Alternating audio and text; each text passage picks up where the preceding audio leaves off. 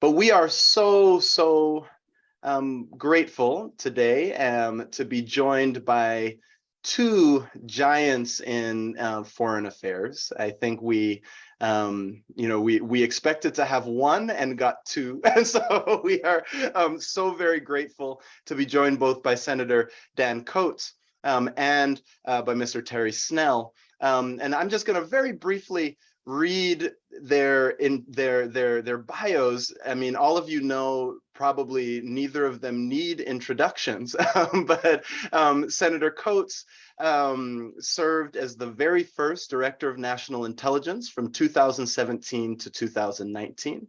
He is a former member of Congress in the 4th District of Indiana. He also represented Indiana in the United States Senate from 1989 to 1999, and then again from 2011 to 2017.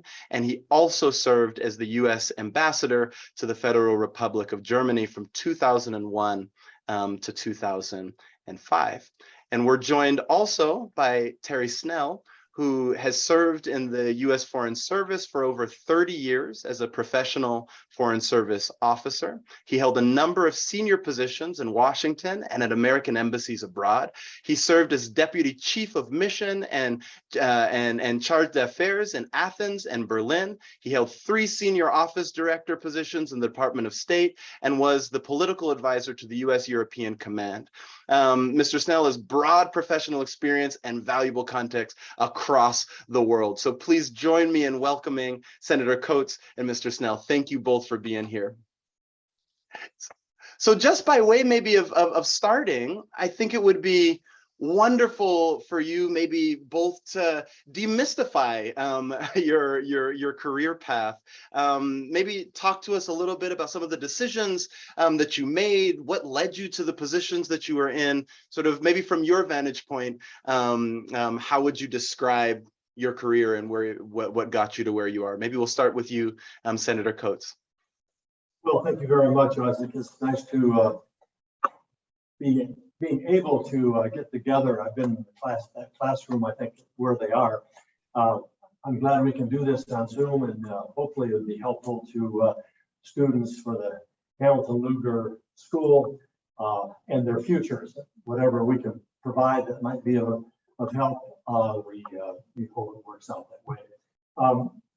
I did not have any interest in actually getting into foreign affairs or getting into politics.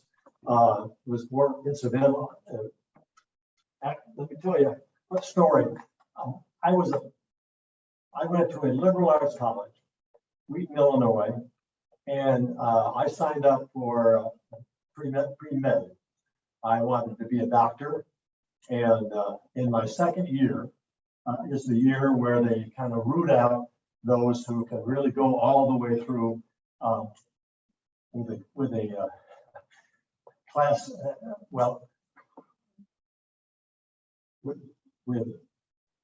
excuse me, I'm sorry. I'm trying to put this in order here. The curriculum for the pre-med is very, very tough. And organic chemistry in the second year is the one that weeds out those who may not be able to make it all the way. So I was going along, and I knew that this one part of this was the yay or nay in terms of going on forward. And so one day I went to the postal box and I pulled out there, and there was a note from the professor. And he said, "Come over to my office. I'd like to talk to you." I walked over to his office to talk to you. I said, "Dr. Nelson, I'm not sure what you want me to be. I come here, but I'm happy to be talking to you." And he said, "Well, let me just tell you something here. So, you know that our school has a 98% getting our pre-med people into medical school. And so to reach that level, we really have to send people who are really top. And I'm looking at what you have been doing on this semester, and I want to tell you, we really appreciate what you were bringing to the school in the terms of athletics. You're our soccer goalie, you play in the tennis team. And we know Wheaton travels a lot around and you're out on campus and so forth and so on and difficult. But every once in a while, we get somebody that can do both. And I call you over to tell you, you're not that person. He said, you have to make a choice right now. You've got to drop athletics and put all your effort into pre-med or take pre-med, drop soccer and the athletics. And I said, I've always been interested in political science and history. I think maybe that's the way I'm going to go. And so without that decision, I don't know where I would have been now. But that was the lead in to my interest, which I always had interest in foreign affairs. But I didn't think I would have a career in foreign affairs. And so that led to then, because it was a liberal arts school, that led to grad school. And I started at the University of Chicago. Well, Uncle Sam had a different policy in place at that particular time called the draft. And I was working part-time. I was working full-time during the draft. I would be eligible to stay out of the draft. But I had just married my wife, a Wheaton grad also, and I needed to make some money to buy food and pay the rent. So I went half-time at UC, knowing that potentially I could have been drafted. I was drafted off 2 years in the Army during Vietnam. And then that led to being discharged. And what am I going to do now? And it was my wife who suggested, well, what about law school? That puts a foundation for a number of things. Okay, so her family lived back in Indiana, and my brother was in IU dental school, so we thought we'd go back to the family, and came back to Indiana and went to law school. Then graduated from that, and then moved to Fort Wayne, Indiana, and I was attorney working for an insurance company. And one day, the CEO of the insurance company came down to me and said, you know, I was chairman for a new young man who was running for Congress named Dan Quayle. And he wanted to surprise win in 1976 and asked me, did he know anybody that in his office, in his company, would want to take a leave of absence and kind of help me get started and be my guy here for the district up in Fort Wayne, the 4th district. And I told him I only have one person, and he came to me and he gave me that narrative and he said, would you be interested? And I said, oh gosh, I don't know. My wife said, oh, you know, what are you doing? I mean, you know, we're building a family and you're on the right track and so forth. I said, well, serving your country, I mean, while you were in the Army, what I know that I know, I would really like to do it. It's only for 2 years. It's only for 2 years. Well, 2 turned into 4. 4 turned into running for Congress when Dan Quayle ran for Senate. He became nominated for vice president. The governor selected me to fill in on that, and I had some elections. So that's a long way of saying I didn't plan any of that. Doors open, and I had a choice of stepping through or not stepping through. And it's been a wonderful career. I've had people surrounding me, very smart people surrounding me and helping me all the way through. I can't take credit for this. And some say this is, I think it's providential. Some think you were lucky or whatever. It's just been an amazing career that allowed me to travel the world, to know what's happening around the world, and serve our country. And that's a great reward. And I think also to, you know, which is part of what we'll get into today, I think the vantage point from where you sit, I think can give a lot of insight to where our students are and the decision that they're having to make as well. So thank you so much, Senator Coates. And I think as mirror image, right, to the political career of Senator Coates. Mr. Snell, you've been a career diplomat, and amongst so many other things. But maybe could you talk a little bit, from the same vantage point? I mean, were you kicked off the soccer team as well? Is that what got you into international affairs? Or? Well, it's interesting that even though the senator and I have had vastly different career paths, we're of a generation where there's one element, actually two elements. One is that our paths have been directed by failure initially. But the other is there's a common element that applies to both of us and has been very formative that doesn't apply to any of your students and cannot, and that is the military draft. Mm-hmm.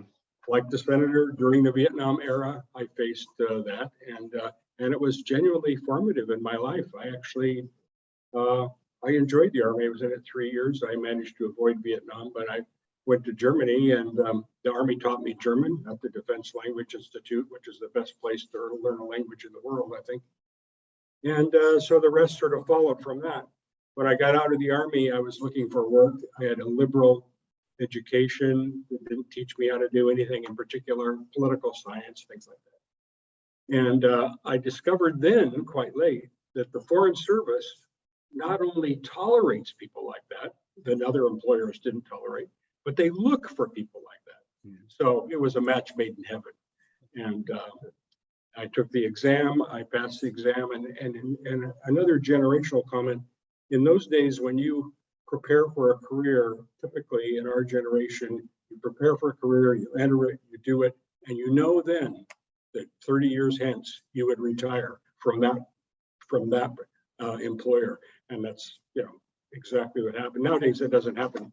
Mm-hmm. Students here, the students we're talking to, I'm told by HR professionals, can expect 3 to 5 different careers, not 3 to 5 different jobs, right? 3 to 5 different careers in their life, which didn't apply to us. But we're of that generation. Mm-hmm. And so, from your vantage point at the at the peak of international affairs for so many years, what things, because I think a lot of international careers are dependent on trends, right, and the direction that our country's going and national security needs and so on and so forth. But what trends do you see developing, or do you see in the next several years that our students should be particularly mindful of? And then tie that to what type of decisions do you think, or skills they can add to their curriculum right now to best prepare themselves, especially in that context of sort of what the dynamic workplace is going to look like, and having maybe multiple careers in the international field. Maybe Mr. Snell, you want to start? Boy, well, that's a tough question. In some ways, I'm like the least capable person to answer that question, in the sense that as I've grown older, I've become a pessimist, frankly, and I'm not sure whether that's because of actual conditions, or it's because of the grumpy old man syndrome, which, by the way, is real. And so maybe it's both of those things, but my attitude is kind of negative, which is not instructional. It's not useful for your students. I mean, that's the least thing you want to do when you're preparing for a career, is suffer from sort of pervasive pessimism. So students have to look for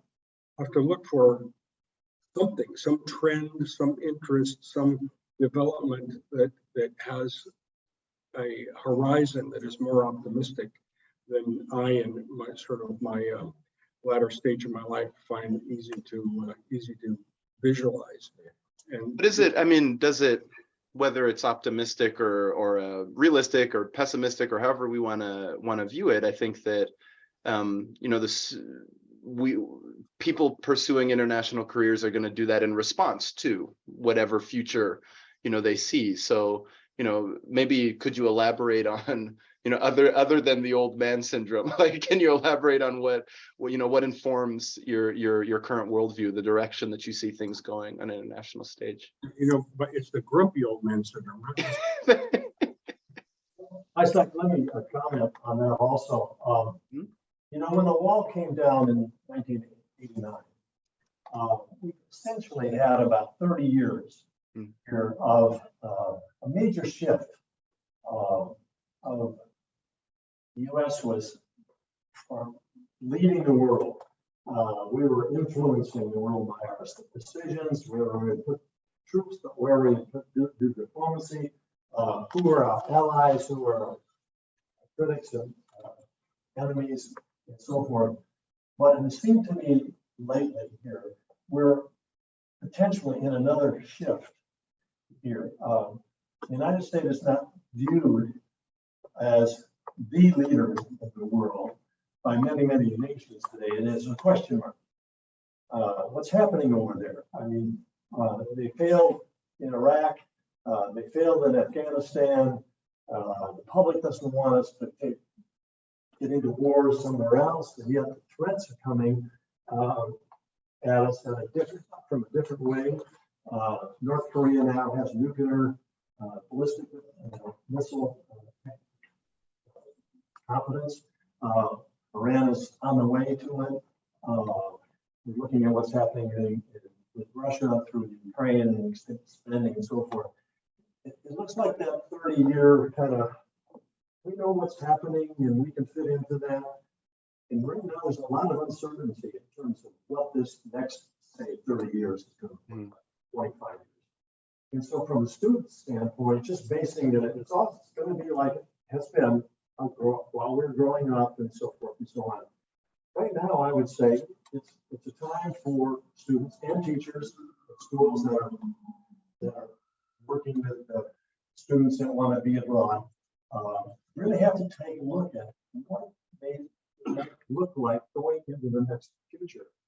And so students abroad and traveling abroad and kind of looking forward and say, you can't just count on what it has been like for us in terms of what we're learning and how things work and what other nations think of us and so forth.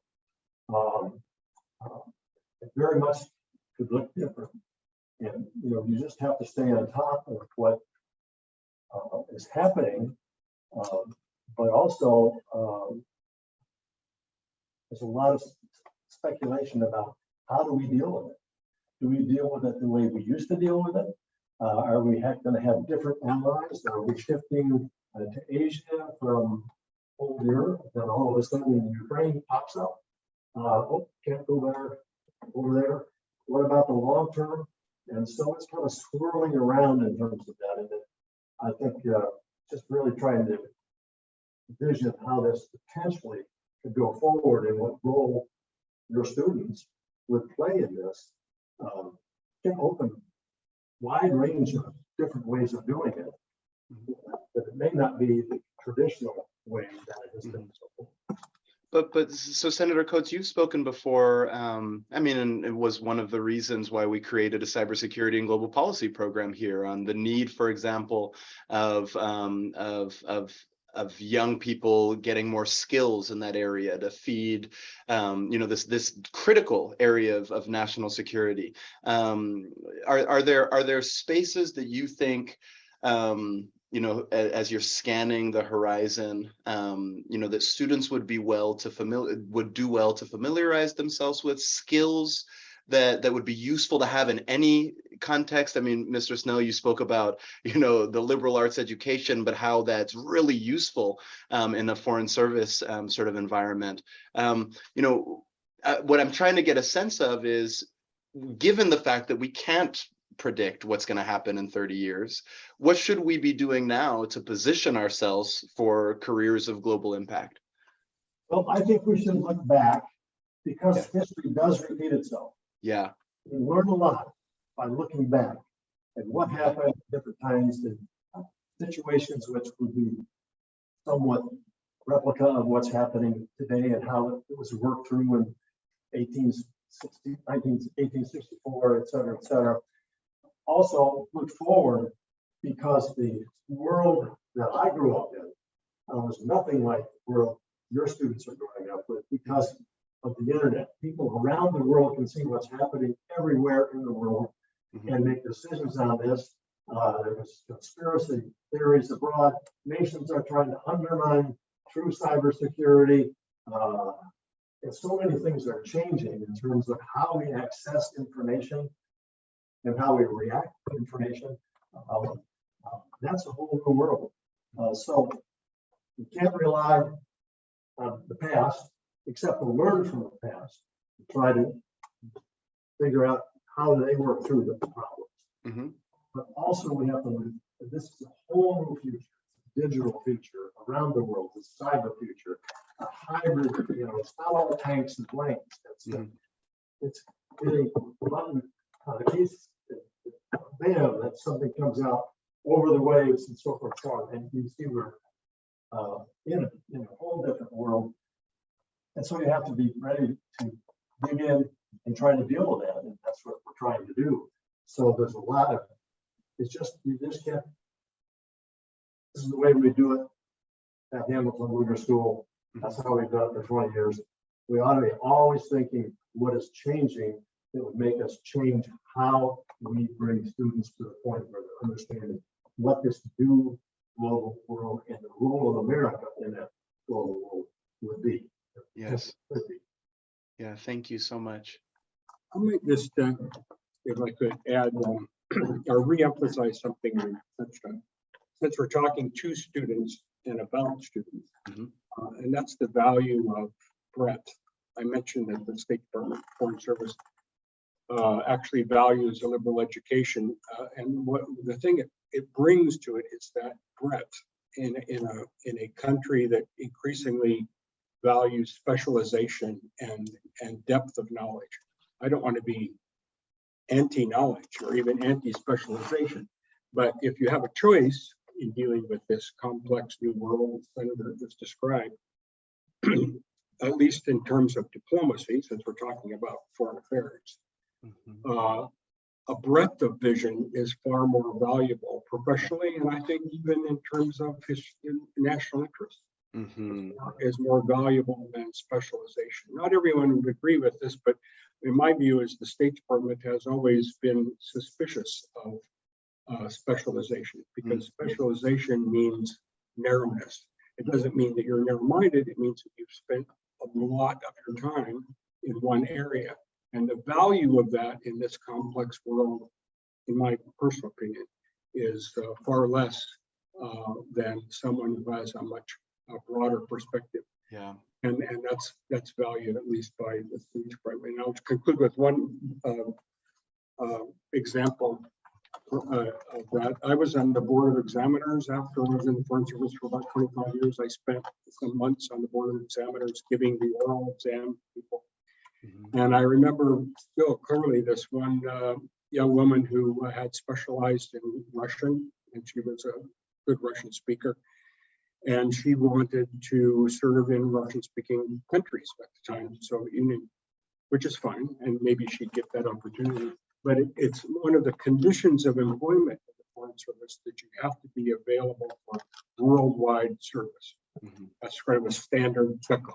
And when the examiner says, "Are you available for worldwide service?" the correct answer is yes. Right. But this woman, very confident in her worldview, said, "Well, I want to go to the Soviet Union. I want to use my Russian." So, well, that's fine. You might have that opportunity, but you have to be available. So I asked her this leading question, "Are you available?" And 3 times she insisted that no, she had this one narrow view, narrow interest, narrow career choice and objective. And so she failed the exam just because of that. Yeah, that's really helpful. Breadth, especially now in this, when the world is more complex than it once was. Yeah. Even using that example, in the Soviet era, if you are a Sovietologist, a real Soviet expert, maybe you would find that, not maybe, you would have great value to the US government. But now being a Russian expert is just a bit in a much more complex environment, a policy environment that requires even more than before. I'm speaking of. It's excellent. Thank you so much. I'm going to ask one more question and then I'll hand it over. So the rest of you, please be ready for questions. Don't all speak at once. But yeah, so just a reminder, there's a function here where you can raise your hand, and also there's a chat box. And those of you in the classroom, feel free to either voice your questions or lift your hands or however you want to get our attention. The last question that I was going to ask is, so building off of what you were just talking about, Mr. Snell, what things, I guess to say it in the broadest sense, I mean, what things, experiences, values, right? What things can't be learned in a classroom, and where should we seek those opportunities? You ask hard questions. The kids probably, I'm glad you're not there for breakfast. Yeah, what has value? I don't think you can teach, I'm just guessing right now, I don't think you can teach culture, and understanding culture is so important. I mean, one of the reasons we failed in the Middle East and in Iran and Iraq and Afghanistan is because the people in charge of policy had no real depth of cultural awareness.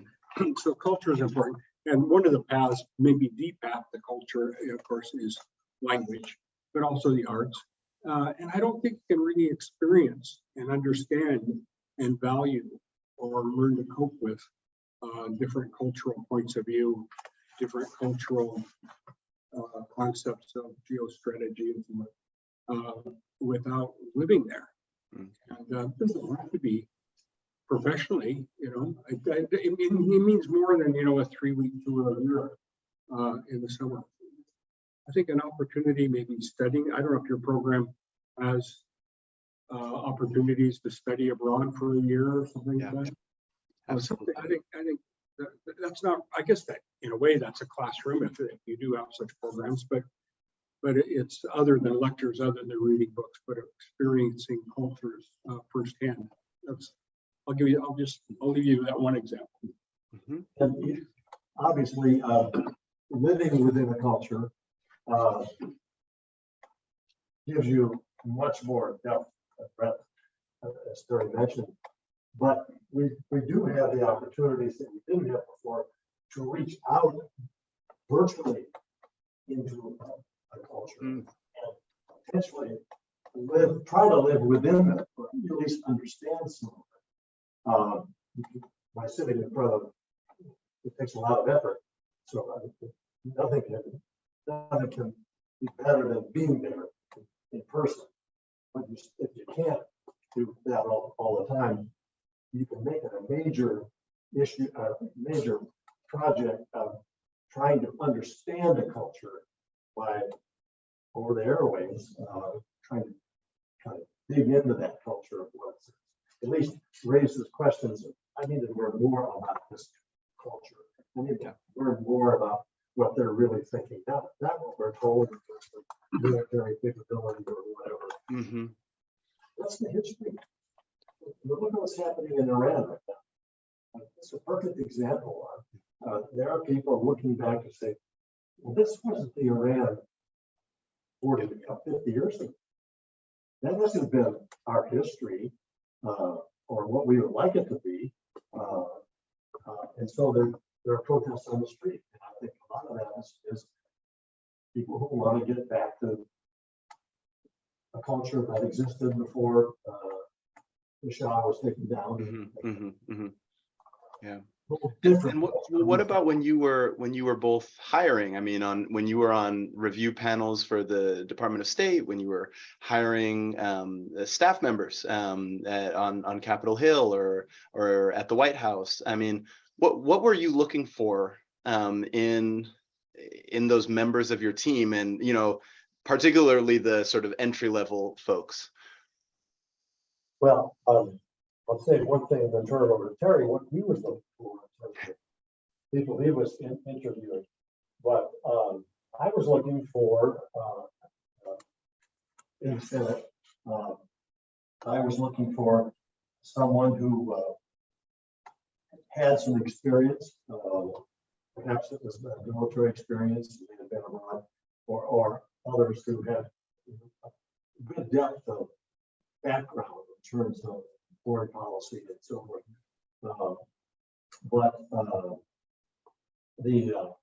That's pretty hard to get unless someone has basically been in those positions and had that experience. And I was very fortunate to, even when I was ambassador,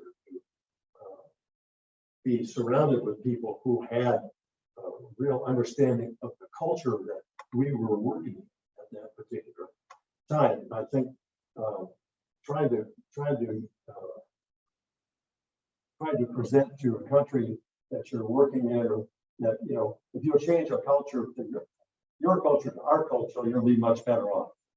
Well, I think we've learned a lot of lessons here in terms of what's been seeded over decades or millennia it has to be brought in terms of what are these people thinking and how are they reacting. I would say, without boring you forever, about to answer all the things a person looks for a professional, I'll just stick with the top one for the Foreign Service, and that is communication skills, written communication, oral communication.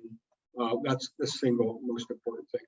And I would say even written communication is even more important than most, because maybe it's changed in recent era, but traditionally written communication is the way you obviously convey what's happening in your post of assignment to Washington. It's the way you convey U.S. policy to your interlocutors, you know, abroad and so forth. So oral and written communication, and then eventually those two things in foreign languages as well. But communication is the most important. There are other things: organization, integrity, prioritization, you know, other things, that dependability, other things that people look for. The Foreign Service exam, by the way, a notorious difficult exam, has a written component, as you know, where written communication is part of it. But the more difficult portion is the oral assessment. It takes all day, and it doesn't require any knowledge of anything to pass. But it's all an effort to measure these abstract, more difficult, nuanced aspects of character and ability that it's deemed important for that particular profession. Maybe that's not, you know, different significantly from other professions. We're here in a law firm. I'm sure I'm not a lawyer, but that's where we're working now. And, you know, communication skills are essential in this profession too. Right. So maybe it's not unique. Yeah. Thank you so much. Opening it up for questions. Otherwise I can continue to monopolize the questions, but do we have any in 1060?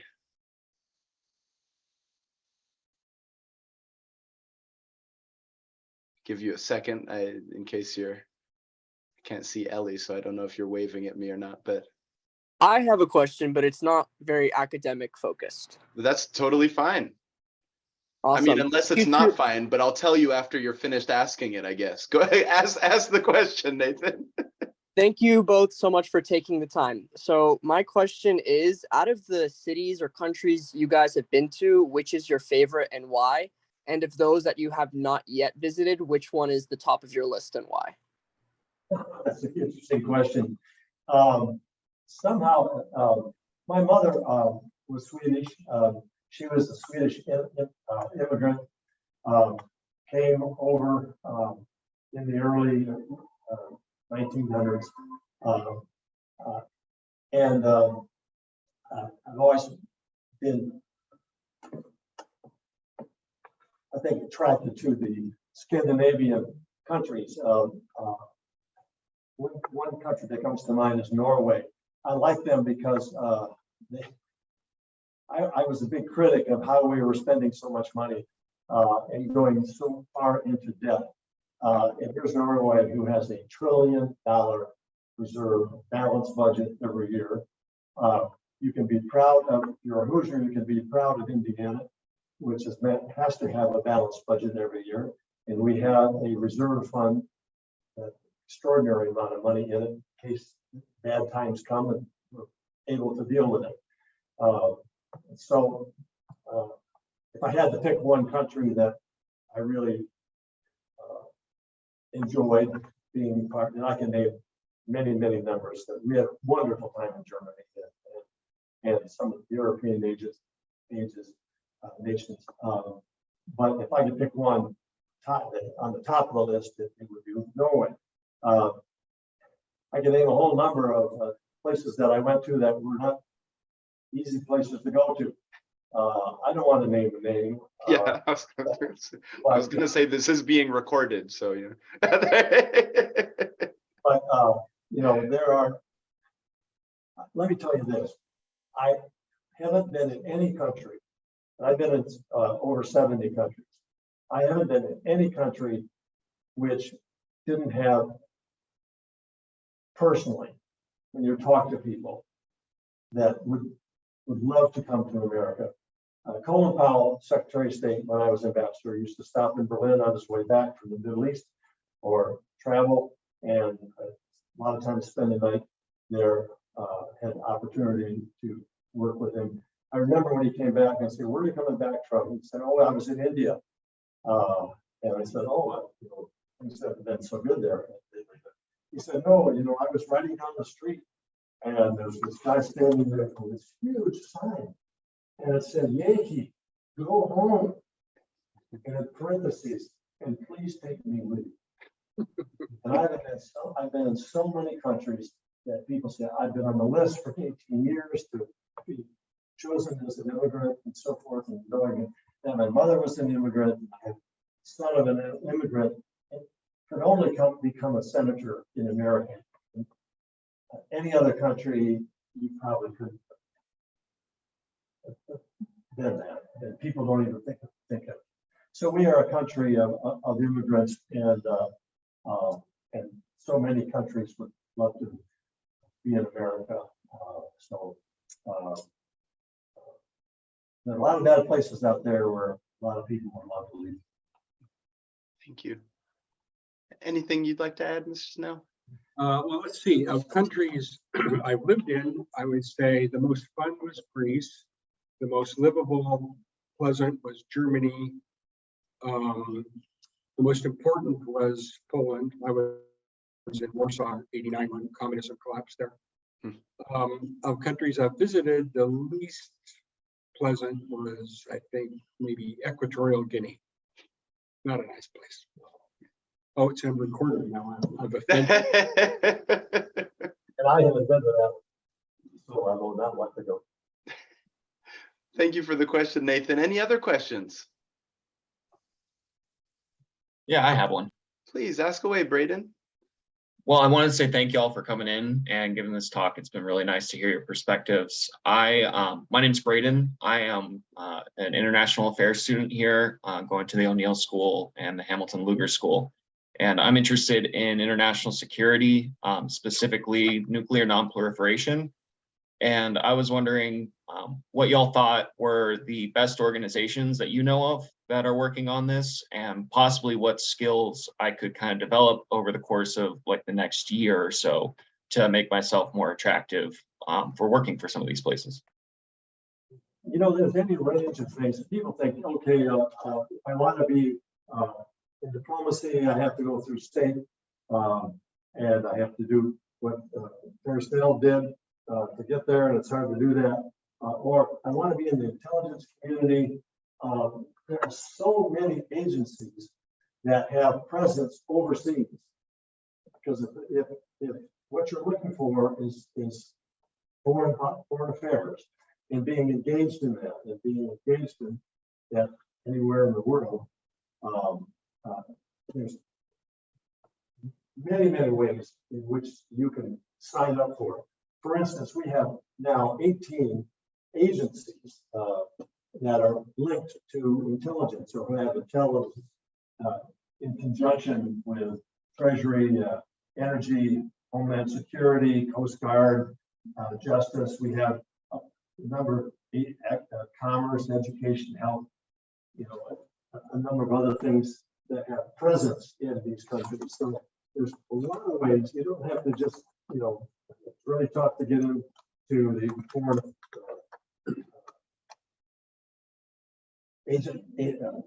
foreign affairs that Harry is into. But you should look around in terms of the various ways. I mean, there's non-government, but non-profit agencies doing things around the world. That many things that could be attractive to you in one way or another. And so don't just think you have one or two open doors. There's multiple open doors for work abroad.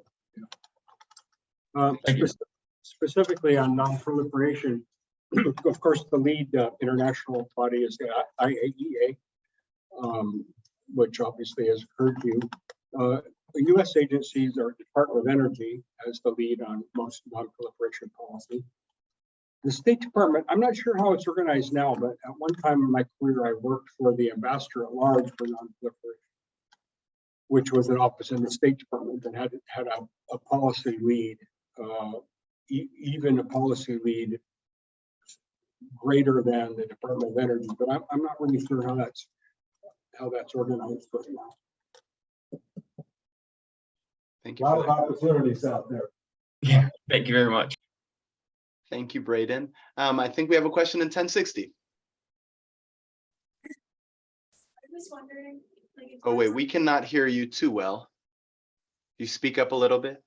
yeah. I was wondering, in terms of, like, increasing like the divide, how do you think like we as students in the generation like make America more united, especially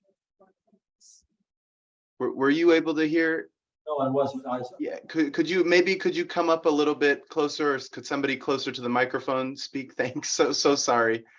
Maybe you can second it here. Oh, okay. The question is, in times of increasing political divide, how can we make America more united in foreign affairs? Well, I wish I knew I had the answer to that. I would. And I think the we is particularly students, I guess. Well, I think that we as students, just try to fully understand why people are making decisions, on the basis of those decisions. How can you engage with that, whether you agree or don't agree? And instead of putting up a wall between the two, is there, I'll listen to you. You may have some things that I'm not aware of. I hope you would listen to me. Right. And maybe we can come to some agreement. Now, when I first served in the Senate in 1990 until 1999, that 10 years in the Senate that I had, we would walk across the aisle. We had friends on the Democrat side, friends on the Republican side. Did we agree with each other? Right. No. In some ways we did, in some ways we didn't. But we had leadership that basically said, nothing's going to get done unless we kind of work together. Ronald Reagan said, look, we're not going to get 100% of what we want to do. Maybe we can get 80, 75 or whatever, and we'll work on the other 25. But we have to walk across the aisle to get some support on both sides where everybody gets zero. And that's what's happened now in the second time in the Senate. And what is happening in the Senate right now is that we're so divided, nothing's getting, well, not going to say nothing, but very little is getting done.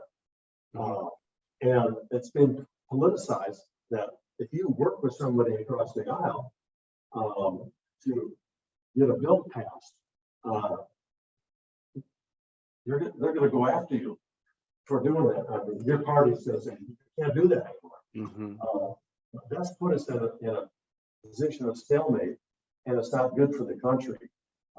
And we have to be able to be in a position where we can work things through and try to find out what is best for the country, even though you can't get everything that you want to do.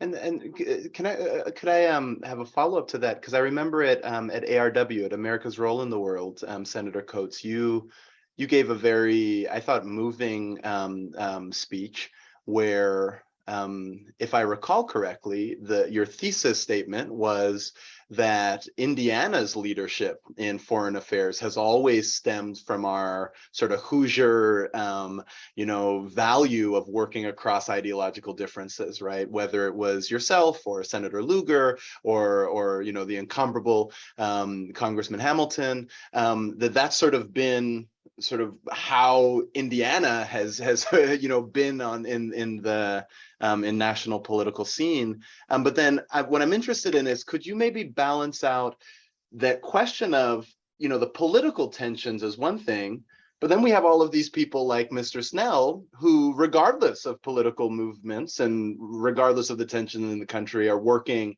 for 30 years across multiple administrations, right, on foreign affairs. And so how important is the sort of political tension in terms of a lot of the work? Because I don't think that most of the people on this call are going to get into politics, right?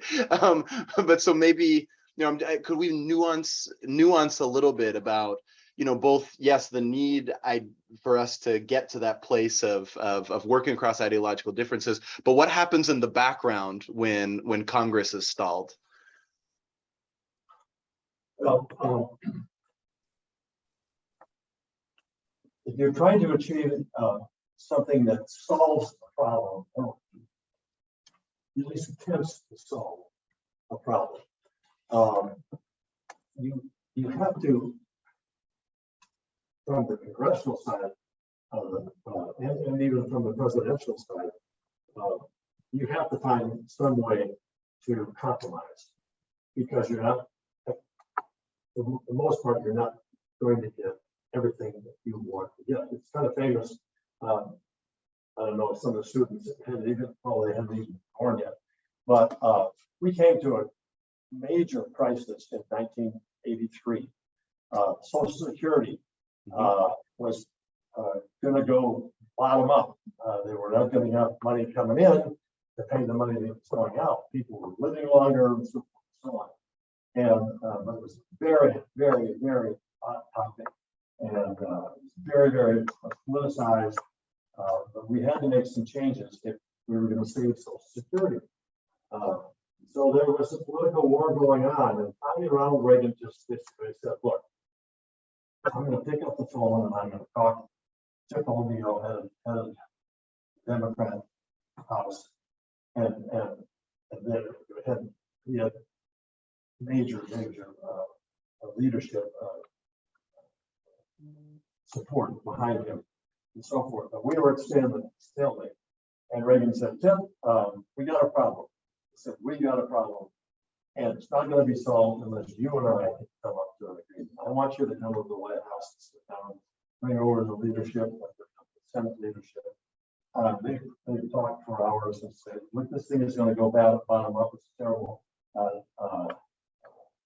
We need to take politics out of this agreement." And they walked out before the press, standing together, the president, the head of the Republicans, the head of the Democrats, and the leadership in the Senate, and the two leaders of the campaigns, the Democrat side and the Republican side, said, "We have to work together to do this. Not going to be easy." We did. We passed it, and it brought 30 years of solvency for Social Security.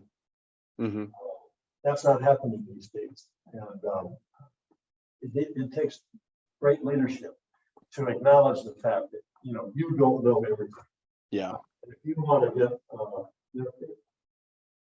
there's another argument on the other side. I had some of my best times in the Senate when I was working with a member of the other party. Together, as many as we could on my side, he had many on his side. Sometimes it worked, sometimes it didn't work. But Yeah.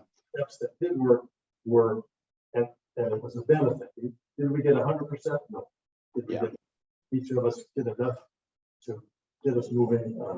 Yes. That's not happening today. It's unfortunate, and I don't have a solution. But the solution back then was leadership. that would take the leadership on both sides and say, Yeah. you can't keep going this way. Hmm. Not for the benefit of the future of the country. I'm willing to sit down and listen to you. Hope you are willing to listen to me. You and I together, or our group together, can solve this for the benefit of the future. Yeah. Thank you so much. We have another question here, and I think this directed to Mr. Snell first. Could you walk us through what the sort of day in the life of a foreign affairs officer was? Perhaps choose maybe you said Greece where you were you were a chief of mission or something, but what was a day in the life look like? Would you mind if I answer the last question? Please, yes, please do. I do have a point of view that you touched on, and that is, despite the contemporary political hallucinations about the deep state and all that stuff, the foreign policy community, professional foreign policy community, specifically the Foreign Service, is not politicized. Right. As you implied, I mean, for 30 years, I went through a lot of administrations whose policies sometimes I agreed with, sometimes I not. Right. I didn't. But that was irrelevant to my work. And that's not just me. I mean, that's all of the professionals. We're like lawyers. The administration at the time is your client. You support the client's interests. You do your best to convey that to your host government. That's right. And vice versa. And that's like a dominant, pervasive, almost unassailable quality of professional Foreign Service life, but just as it is in this law firm, being a lawyer and supporting the interests of your client. Yes. And so, to be honest, I'm quite proud of it. On the political side of that question about how do you come together on foreign policy issues, I would revert to my grumpy old man mode and say it's hopeless. I mean, here's a guy, Senator Coates, who has, for decades has been respected for his consistent point of view based on a consistent philosophical, moral point of view, working the halls of Congress for decades in a rational, reasonable, respectful manner.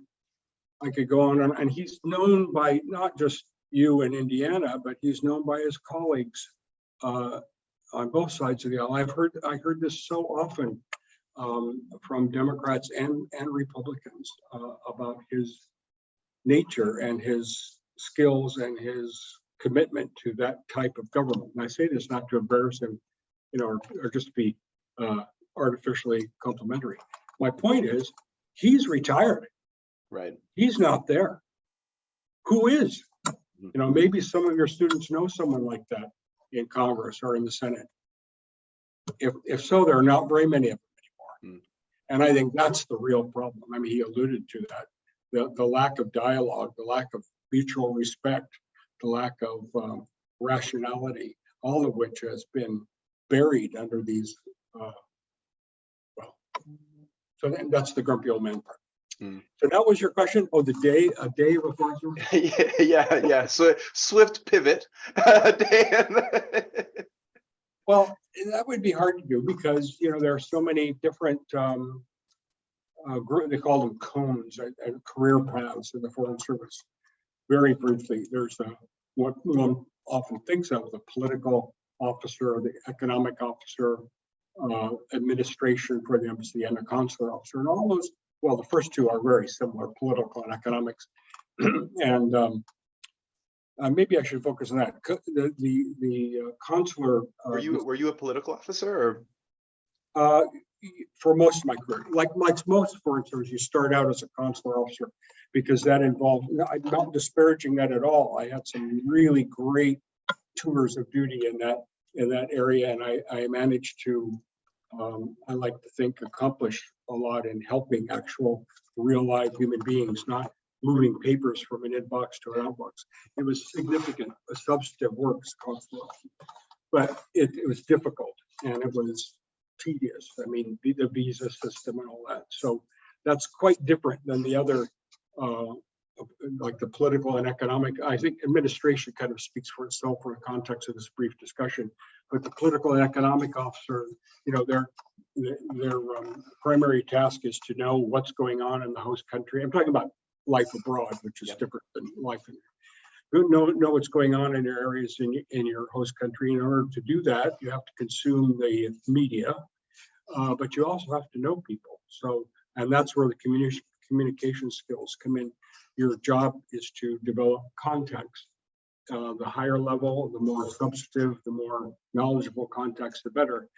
And then you meet with them frequently and write reports about what they say. And nowadays, those people know you're going to write those reports because it's all been in WikiLeaks. You know, so you have to develop relationships.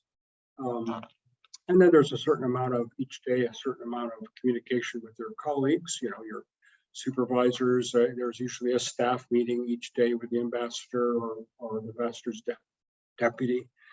I think probably the more, for me, being an introvert, the more difficult part of the profession is the evening, because many places are interminable cocktail parties and the word party doesn't, you know, you have to say party because I should say event, cocktail event or a dinner event. And that's where you get to know those people that are so important to your work. I mean, it's a very, very significant, and it's usually in the evening, not always, but usually in the evening. I remember going to the restroom in the middle of dinner to make notes, because you can't make notes, by the way. You know, it's very bad form to make notes. Even in meetings, you don't make notes. You're supposed to remember this stuff.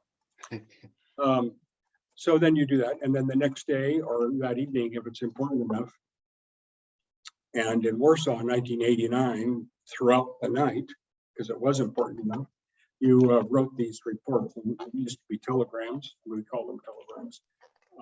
I think now there are telegrams still, but classified ones. But many of the more or the less formal forms are nowadays are done in email. And so that's it. You gather information and report it. And then the other aspect is the reverse. You get information from Washington in forms of what they call a démarche, you know, formal instructions for communication with the host government. And then you call on officials and deliver that information on behalf of your government. I might just add to that, the absolute essential, maybe one word or two words, building a relationship.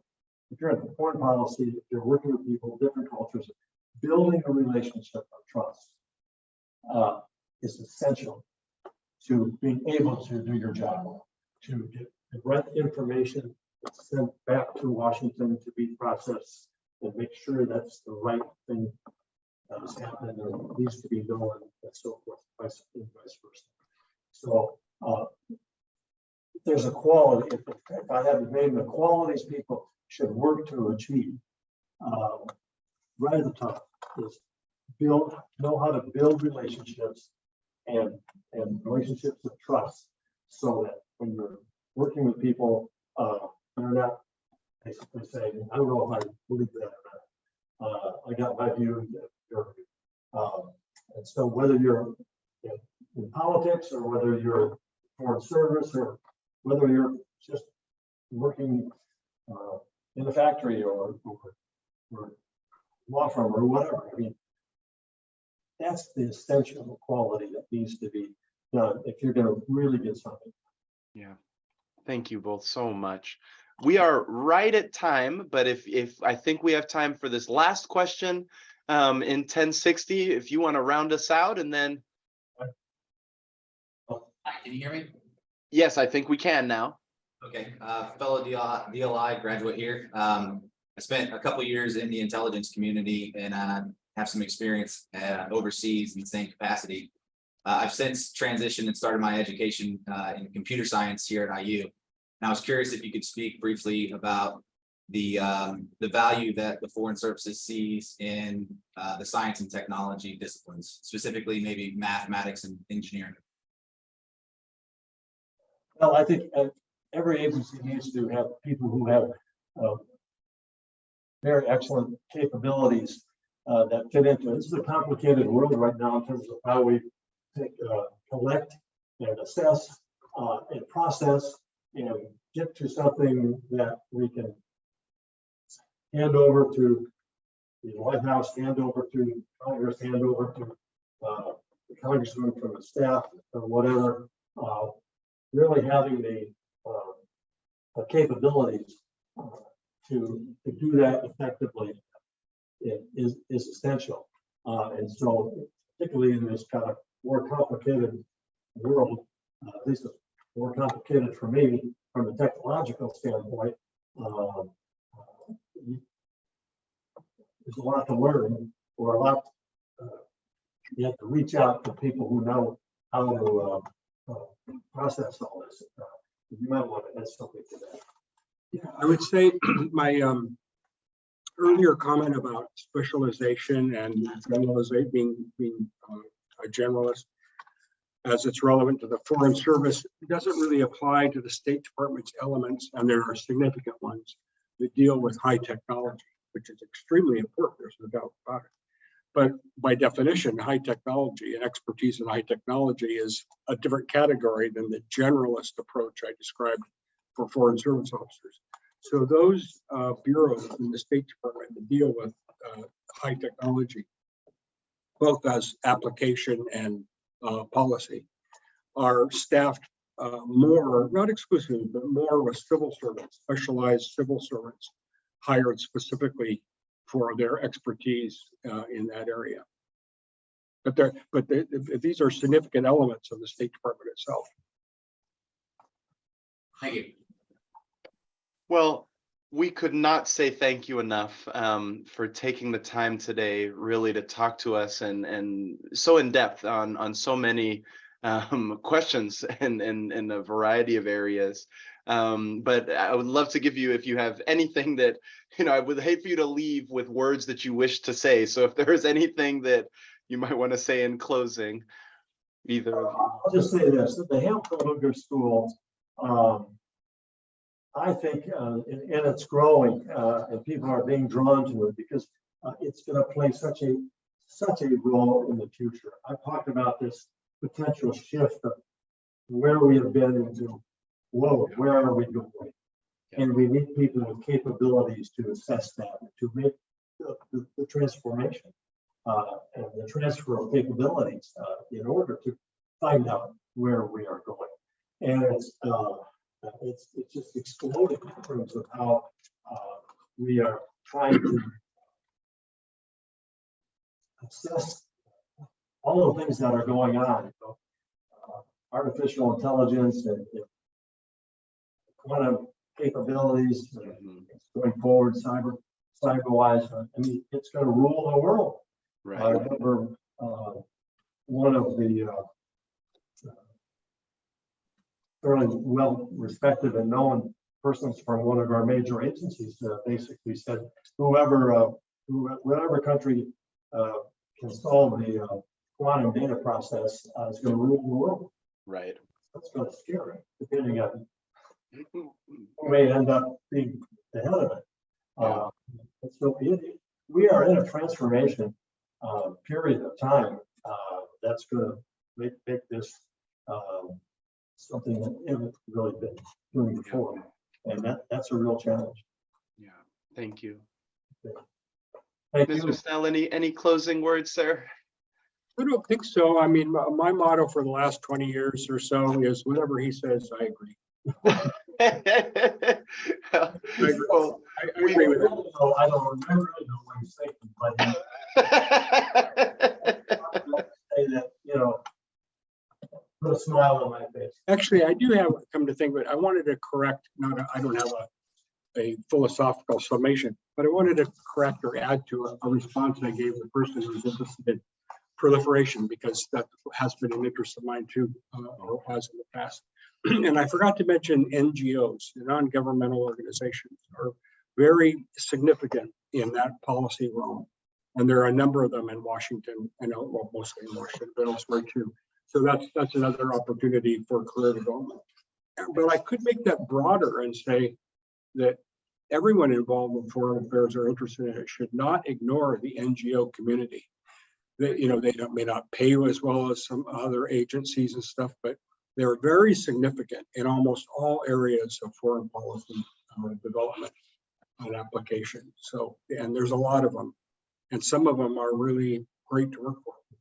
In one of my sessions with the students several months ago, we went around the room.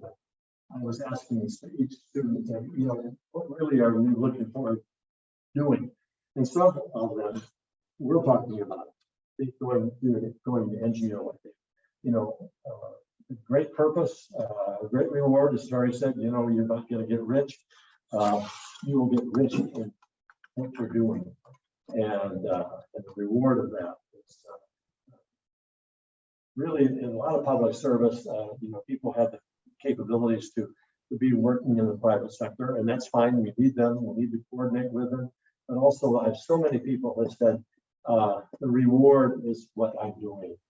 It's not how much money I make. It is something that is doing something, feeling like I'm supporting my country. I'm doing something I love to do. I feel that this is where I should be. There are those openings, and we need those people. They're just as important as the highest tech and other capabilities. Yeah. Well, once again, everyone, please join me in thanking our distinguished guest. We are so appreciative of your time.